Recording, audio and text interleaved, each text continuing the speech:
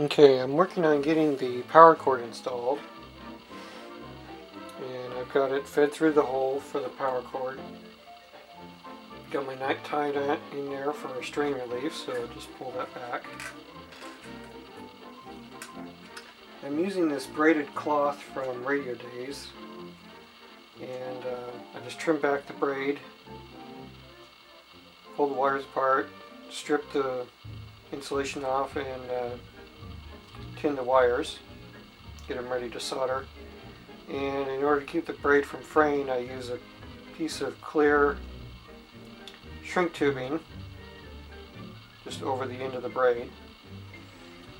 And typically what you want to do is put the hot lead, which is the thin plug, to the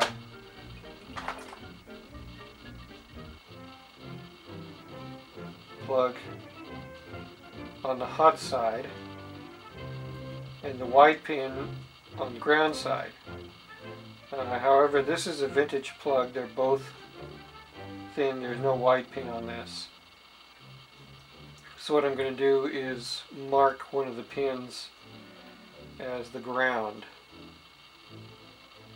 And what I typically do to indicate which is which is the hot lead is the smooth wire, and the ground is the striped or banded wire. And the hot lead, the smooth band, usually goes to the on-off switch. And in this case, the on-off switch is this bottom connection right here on the black Bakelite can. So the smooth end will go here.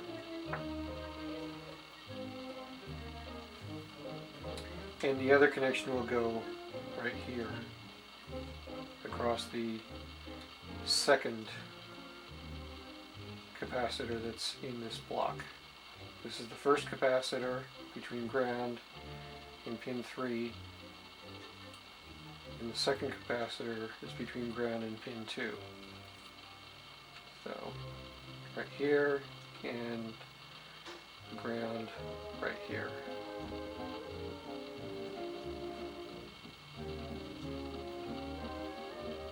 And these are kind of messy, so let's see if we can clean those up a bit.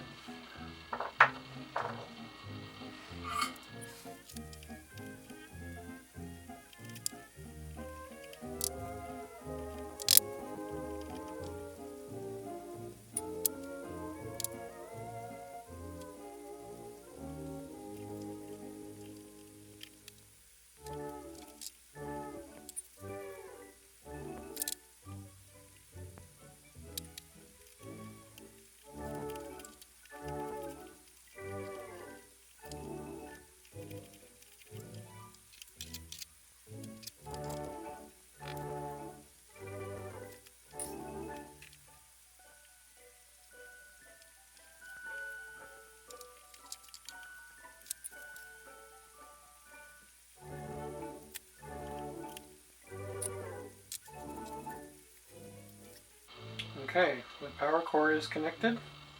Now to attach the plug.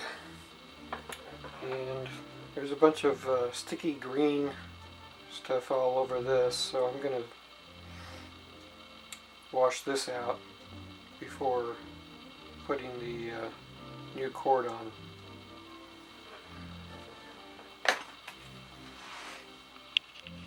Okay, I used an old toothbrush and some rubbing alcohol, and I got most of the sticky green glue off.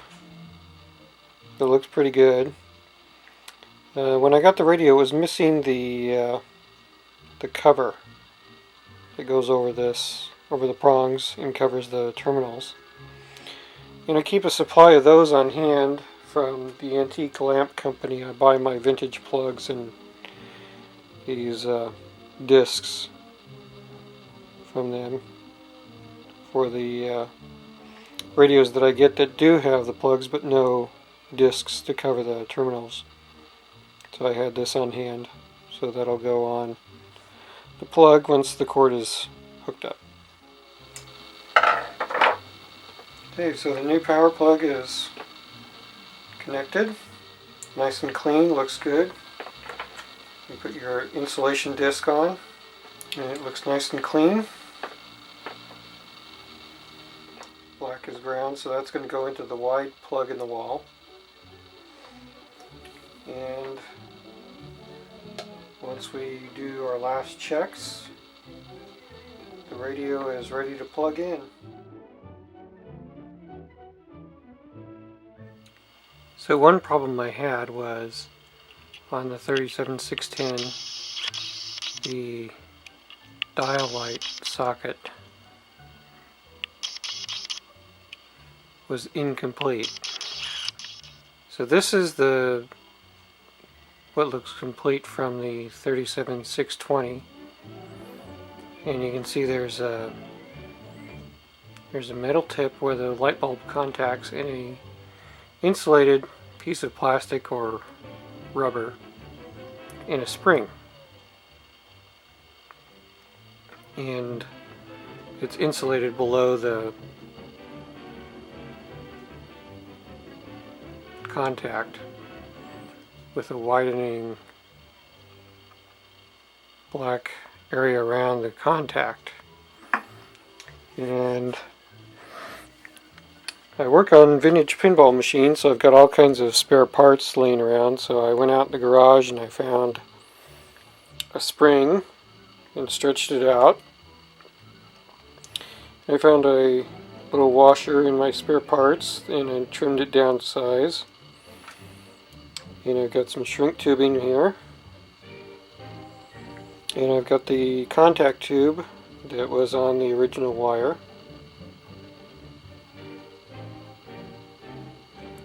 So we're going to see if we can make that work. Okay, that little white plastic sleeve was too long and I couldn't push the bulb all the way in, so I had to pull the one side of the contact and pull the white sleeve off and trim it down. But it's back together now, and I got the new bulb in. Looks good. So while going through the resistors, I came across this flexible resistor here that was off spec by more than 20%, so I went down to the local electronics store and picked up a replacement. It stated it was a 9k ohm 2 watt resistor, so here's a 9.1 2 watt that I put in its place. The antenna coils appear to be okay. I was able to check the measurements on some of them, but the oscillator coils are buried in there and it was difficult to get in there, so I'm just going to cross my fingers that they are okay. And I got the new dial installed from Radio Days. I prefer to buy from Mark Oppett, but he was out of stock of this particular dial, so I went with Radio Days. And everything's all back together. And I hooked up an antenna wire here. So I'm going to hook up my Variac and slowly bring the power up. Go ahead and plug it in and see if this old radio comes back to life.